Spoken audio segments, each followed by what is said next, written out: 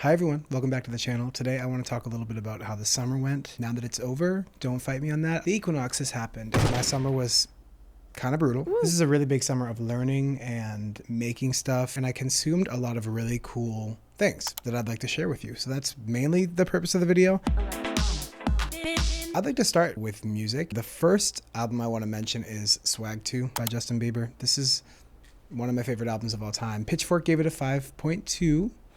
which is how I know it's actually a 10. The record is just really fun. The vocal delivery is just amazing. He's singing his ass off. The songwriting is fun. Eye Candy is such a hit. It shows just a sense of like pop, but like a very self-aware pop. This album, Swag 2 and then Swag 1 or whatever, they both change like the landscape of things a little bit, I think, in a more meaningful way than maybe we're currently realizing. I think this means that, you know, the lo-fi sound, the bedroom sound is much more in the public eye, in the mainstream than ever. To work with artists like Dijon on both of these records is symbolic of a shift towards more humanity in art. And as AI becomes more prevalent and they start launching AI artists, I think there will be a lot of cravings for people to actually have a human experience when listening to music and hearing an actual person tell their story. And I think, you know, it's an interesting story. Bieb's story is very captivating, and I think it's sonically just really nice to listen to. The second piece of music I want to share is Bladebird by Oakloo. Oakloo has long been one of my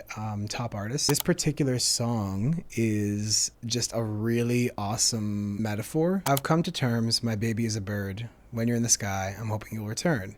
What can I say? Knew it right away. You are what you are, and I feel like a cage. I feel like a cage. That song rocks. Go check it out. This next music mention is a really, really good friend of mine, and that is not why I'm mentioning it. The song is just actually, or the EP is just actually incredible. Sex Tape by Earth to Emily. Just some of my favorite music I've ever heard. It's exciting. It's kind of strange. The lyrics are campy in a way, but still being like really chic. My favorite is White Horse, personally. I've been listening to this album by Between Friends, their record that they released this summer. It's good car music. It's good dance music. It's good pregame music. There's this one song called XD that is just like a really fun club banger that has this like very early 2010s EDM, synthline, Six Flags guy type of shit. And it's just really, really good. It's a brother-sister duo. I guess they're on America's Got Talent. I didn't know that, but they're really cool. Hayley Williams dropped an album this summer. Of course, it wasn't even an album at first. It was just like 12 singles. It was kind of weird and disjointed, but it was cool that you could like order them yourselves. So she self-hosted it on her website for the first part of it, and then she ended up putting it on Spotify like a week later. And I'll talk a little more about like self-hosting later because that's something I'm very interested in. Also, the idea of like being able to order things yourself. I've had this idea of music players having speed up and slow down buttons instead of having to like release a version of a song that's like slowed or sped up or whatever. It would be really sick for the user to be able to do that themselves. I think like there's a lot to be said about the creative integrity of not allowing your music to be heard any other way than you intended it to. So some artists and some songs aren't right for this. I know I have certain songs that I'm like, no, you should listen to it at this BPM and at this key because that's how I designed this and I'd like you to hear it that way. But for some artists, I think it's okay. For some songs, I think it's okay to have a little more liquidity in like how the experience could come to the user. So I thought it was cool that she released this record as 12 songs, and then you could playlist it and put them in any order you want. I think that's awesome. Gets the fans involved. It makes people feel like they're a part of the process, and I just really respected that strategy. Another favorite album from the summer is Autonomy by Elio. This is another friend of mine. She's such a beautiful person and just a really amazing, incredible songwriter. The lyricism in this record is just like out of this world. Sonics of the album are listenable. I think this is the most listenable album for me of the summer. Not all music is like that, and not all music should be like that, but it's nice to hear an album that I'm like, I could literally listen to this on loop and never get tired of it. So congrats, Elio. You really slayed that. Then there is Samia. I think you pronounce it Samia. Samia, maybe. Beautiful poetry, gorgeous voice. Check her music out. I also listened to a lot of the Sailor record that came out earlier in the summer, the Saya Gray record, and this artist Tendai, who just put out a song, I think, last Thursday. So check that out as well. Also, I want to talk about the idea that music's position in my life has kind of shifted. Since The Voice aired earlier this year, a lot of like industry developments have happened, and personally, a lot of discontent with specifically like the financial distribution system within this industry is really starting to get to me. I'm still making music and I will always make music for the sake of fun, but I think a lot of the people that are doing well in music that have the resources to outlive the months and months of no pay or very little pay, these people are often nepo babies, and that's chill, but like it's just, I'm not. I used to really glorify this idea of like at all costs going for it and not having a plan B, and the starving artist thing of like I won't eat breakfast, and now I'm like, 10 years of not eating breakfast, I'm like, well, I kind of want to eat breakfast now. Woo. Obviously, there's news with Daniel Ek, who's the CEO of Spotify. This was really big about 3 months ago, but he essentially just divested 600, I think, or $700 million of stock in his own company and invested it all into Helsing AI, which is a military AI drone company that likely is doing some not so amazing things, bombing children, stuff like that. Spotify is only a platform. It's not the entire music industry. It is just one piece of it. It is a large player, but it's not everything. And the creation of music is worth it in itself. And a lot of the things I'll talk about in this video today are sort of like craft-oriented thinking and thinking about the reasons to make something and making something good for the sake of just making something good.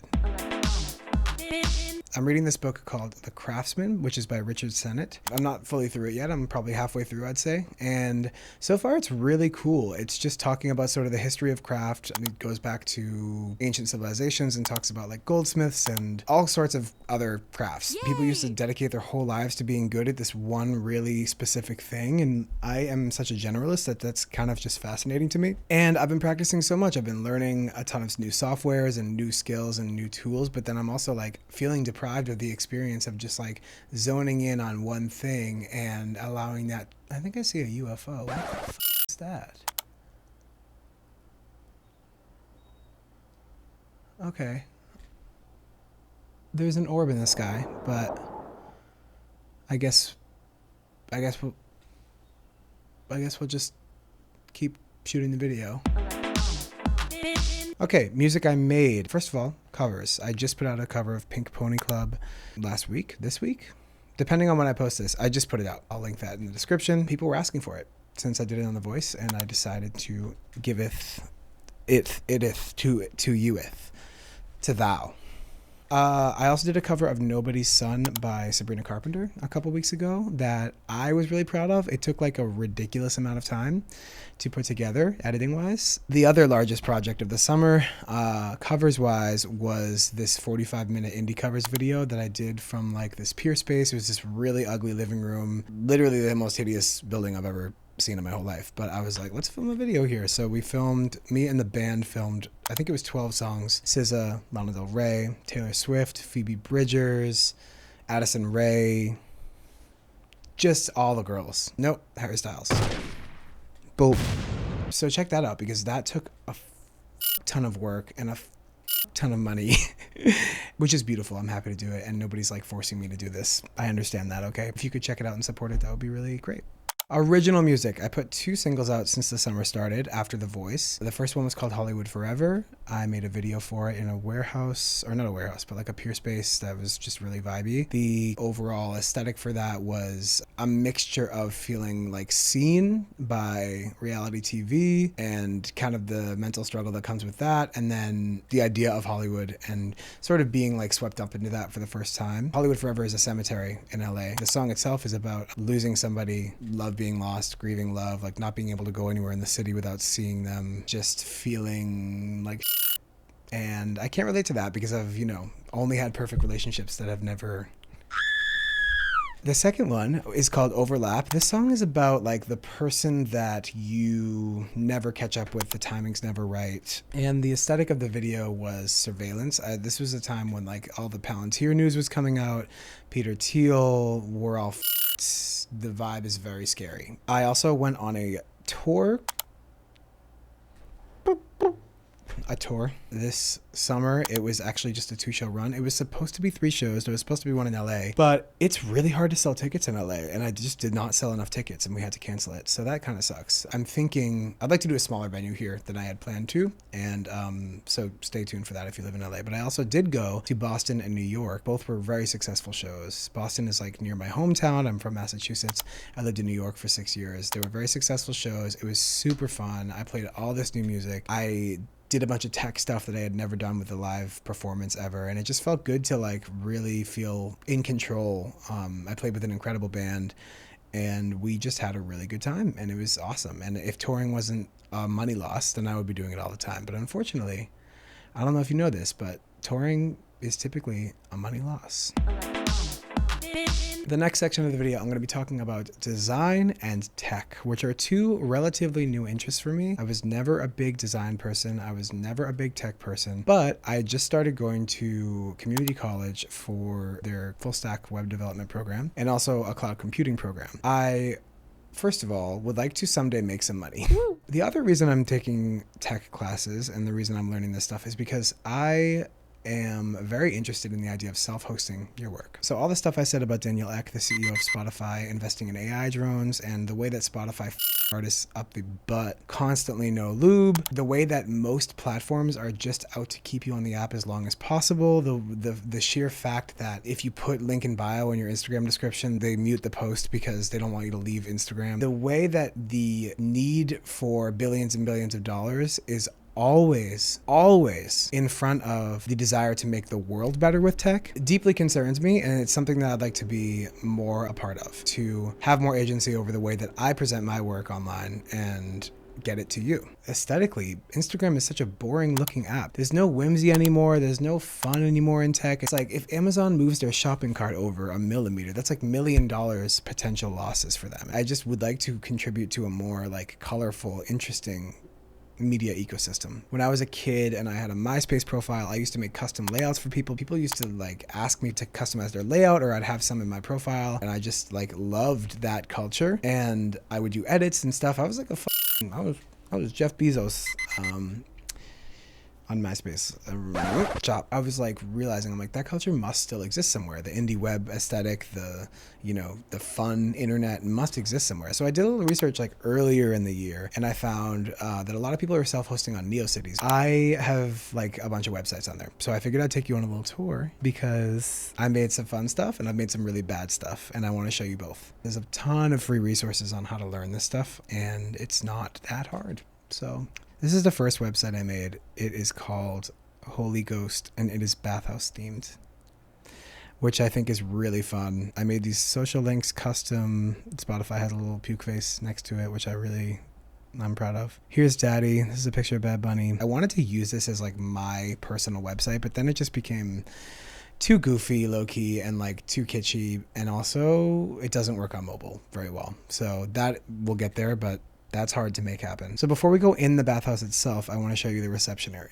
I just really love it. This like front desk guy is fun. When you click him, it says, he starts yelling and he says, "What are you doing out here? Put your clothes on and go back into the spa." They've got some drinks here for you if you're thirsty. I made a little button for it, a little sweating ghosts. I haven't updated it since February, so there's no updates, but I would like to really put my in this and like make this concept work, but we'll get there. Now let's go in the actual spa part. So this is the spa. Welcome to the spa.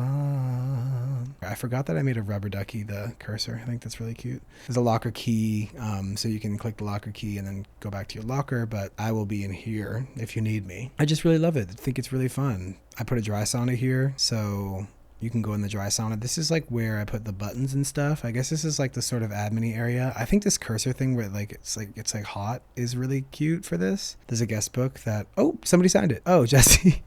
Okay, my friend signed it. Go sign my guest book, y'all. Holy Ghost is the website. It's HOLYG.HOST. And then I also did like a Steam room, and there's some naked dudes in here, so sorry. I think the GIF that used to be on here broke or something, because it used to be faster. It used to go boop, boop. Like the Steam used to kind of cascade more. Oh, there it is. Yeah, baby. If you go deeper, you get to this page, which is promo for a song that I made a long time ago. So that's my first website. I had a great time building it. I still look at it sometimes because I'm like, this is just really cute.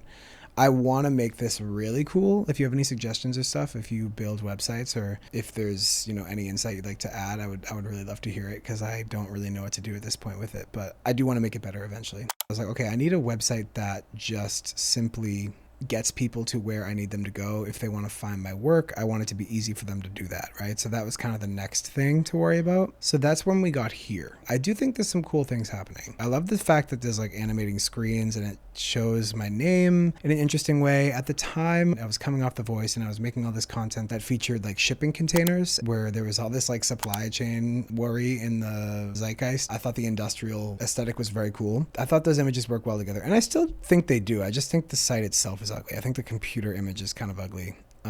But this is the first time I made this music page, which I think still works. I actually still like this. The house is on fire when you hover over it. I think that's cute. When you click one of the links, it opens this up, which is just a modal for it. And it shows like a little color palette. Each one has its own color palette and then links down here. So I'm pretty happy about that. And then the next version of the website is my current iteration, which is good, not perfect. It's just text, which is now my biggest complaint about the site. But what happens when you click these words in red is that new things come up. So you kind of reveal the story as you click. As you can see my work as a singer, you can see my work as a producer, or you can see my work as an artist. These links just go to my music, some covers from The Voice, and then some like video editing work that I do. And then if you click amateur web designer, you can get to Holy Ghosts and another website that I'll show you later, which is Head Body Legs. And just click through, you eventually get the whole paragraph. I don't like that it's all text. I think images keep people much longer. And so the next iteration of the website, which I have not finished yet, let's pull it up. Okay, so here we are. Now, this is definitely my favorite one yet. I mean, it's not done yet. I still have a lot of work to do on it. There's definitely stuff to go here, and this needs to move up. Like, there's all sorts of things. What I really like about it is that it has everything that you could need. It has a link to music. It has a link to my video editing work. It has a link to eventually what will serve as like my web portfolio. I love that this is my Substack feed. It's just like RSS feeded into this website. So anything I post on Substack will automatically come up here, which makes it easier to update people without having to actually go into the HTML and like make those updates. Not crazy about this font. We'll probably replace that eventually, but I mean, overall, I think this looks really cool. And these little buttons for Holy Ghost, which is what I showed you, and this is for Head Body Legs, which I'm going to show you right now. Okay, so my newest project is with these two guys, Adrian and Sho. We do sessions virtually, so we don't have to be in the same room for it because we live in different cities. We've been making this music that feels kind of Frankenstein together, and it's because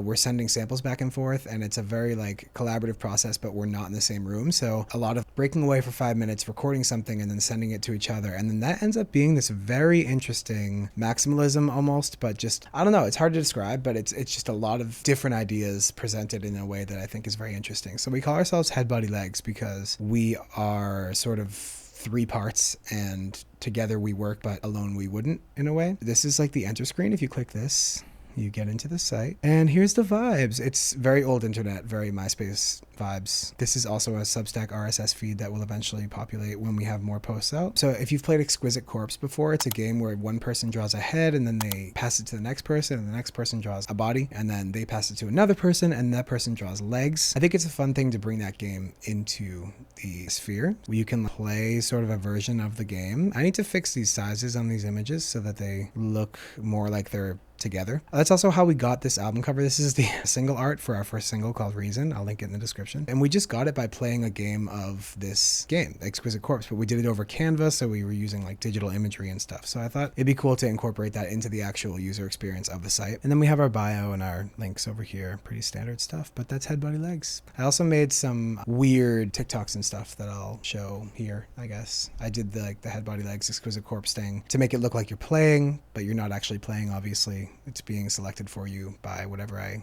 programmed in. This one rocks. I love this like list format that they have here. And when you go over an item, the actual like photo of the item appears oftentimes in like a backgroundless PNG, which I think is really cool. Just think this looks really fun and good and interesting. You know, it's brutalist and it feels like it's like sort of like not perfectly clean. I like that aesthetic a lot. Except the cookies. I'll accept your cookies. This is a design firm called Locomotive. There's just a very cool sense of identity here. I love the glitching text upon hover. I love the pictures that come up in between the text here. It's just like, it's a lot of animation and a lot of just very cool vibes here. I love what's going on. This one is also just really cool. Like, as you scroll from left to right, it shows different pieces of work, which I think is awesome. This is just an artist that I found, Sarah Elawad, that I think is amazing. Her work is just really cool. The maximalism is just really speaking to me. This is fire. My God, I love that. It's like somewhat campy, I guess, but it's also just like very culturally rooted, it seems, and really all the way with the concept. Like, I feel like she really seems to be taking this as far as it can go, and I really respect that. Yeah, I just really with this. I wish more art would chase a feeling and just acquire it. Inspires me to think about like, what is my all the way and how can I get there? So tech school is going good so far. It's cool to feel like I will eventually have the capabilities to like fix those websites properly. Becoming a better designer. I've never been a good designer. I've never had like really great aesthetic sensibility. I've been intaking a lot of design content from YouTube lately. My favorite channels right now are Design Bing Bong, which is these 3 designers. They rate portfolios and stuff. They have a lot of different types of content. There's this one thing, I think Design Bing Bong actually is the name of a series that they do where they each bring to the table a PowerPoint about a design studio that they really like or a designer that they really like. Another design channel I really like is Jesse Nyberg's channel. He's a graphic designer. He's extremely talented. The designs are really cool. It aligns with my taste a lot. So I just watch his YouTube videos because they're very inspiring, but he's also like a really chill guy. He talks about design in a way that's like really optimistic. And I think a lot of designers are kind of, this is from the outside, so sue me if I'm wrong, but I've just seen a lot of designers have kind of a shitty attitude. I've also been reading a lot of books about design and tech. My favorite that I've read is called Caps Lock, essentially about the intersection of design and capitalism and the fact that everything is designed just to sell us stuff and make more money for people who already have a bunch of money and not necessarily for the betterment of society, which design really should be. I cannot recommend this book enough. It's, I think, my favorite book I've ever read. There's really cool examples of people who are doing good design work. There's a history of graphic design in there, and it's just a really cool book. I just really, really liked it. And she's thick. She's a thick one. I also read a book called Techno-Feudalism, which is essentially about how capitalism is no longer even the system in which we all exist. It's actually this new techno-feudalism, data mining us to and using us as data as opposed to like actually people. The nations that will do the best are the ones who are able to capitalize on data the most. Kind of a depressing book, but informative, and I do recommend it. And like I said, I'm reading the book called The Craftsman, which talks a lot about designing and making art just for the sake of doing it. Highly recommend that one as well. In The Craftsman specifically, there's a section of the book that talks about the difference between a craftsman and an artist. And I think that's a really cool distinction to make and an interesting one. And it had me thinking about the way that people always talk about the difference between a creator and an artist. I don't have this thing where I like hate the word creator. A lot of people just like really can't stand that word. I think it's a little boring to have that take, to be honest. It never bothered me, and I never felt like I needed to call myself that because I don't think I'm really a content creator. I'm currently making YouTube content. Right. The distinction is a lot more gray than I think a lot of people make it seem like. And I think a lot of artists are also content creators, and a lot of content creators are also artists. And I think we all probably exist somewhere on this spectrum. And if we stop thinking about it like it is separate identities altogether, we can have a better understanding of how to make it work for us and how to leverage your position as a content creator or an artist against a system that wants us all broke and dead. I think the spectrum is craftsperson, artist, creator. And here's what I mean by that. I think an artist is a perfect balance of idea and execution. Ideas flow and they're edited and the best ones are chosen, and smart choices are able to be made on where to expend your energy. A craftsperson is purely execution, no idea. There's not new information coming in a lot. It's just like, okay, I have a job to do. I'm going to do the job. I'm going to make the thing. Sort of a workaholic energy. And I actually feel like that's where I end up falling most of the time, is more on the side of a craftsman, where I'm just like, go, making stuff, as opposed to like taking a minute and being like, does that contribute to my artist statement? Does that contribute to what I'm doing on earth? I don't always edit as much as I should. Sometimes I'm just like, let's make a project.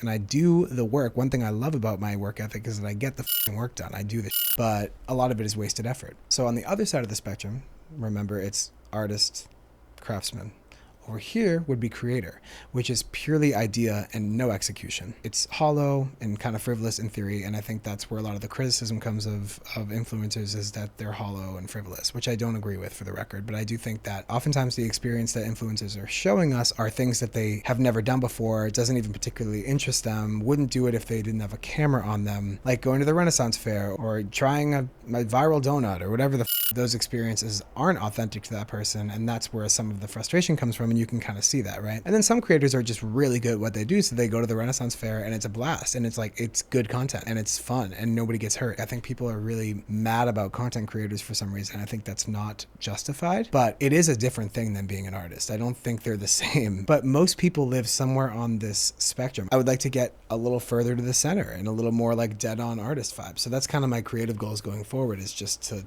edit my ideas better and to work a little less and to make stuff that really is just awesome and like have it speak for itself and not have to worry about, you know, putting something out every week or every 2 weeks or 3 weeks or 6 weeks or whatever it is. Just kind of making stuff for the sake of making stuff, enjoying the process and doing it because you love it. And yeah, that's where I'm trying to devote my energy now. More videos soon. Check out my music content. If you liked this, I'd like to do like a seasonal recap. I guess this is like a recap of the summer for me. So it'd be cool to do one for the fall when the fall's over as well. But let me know what else you want to see, and subscribe. Please subscribe. If you've made it this far, hit that button. I appreciate you, and thanks for being here. All right, I'm gonna go drink some water. See ya.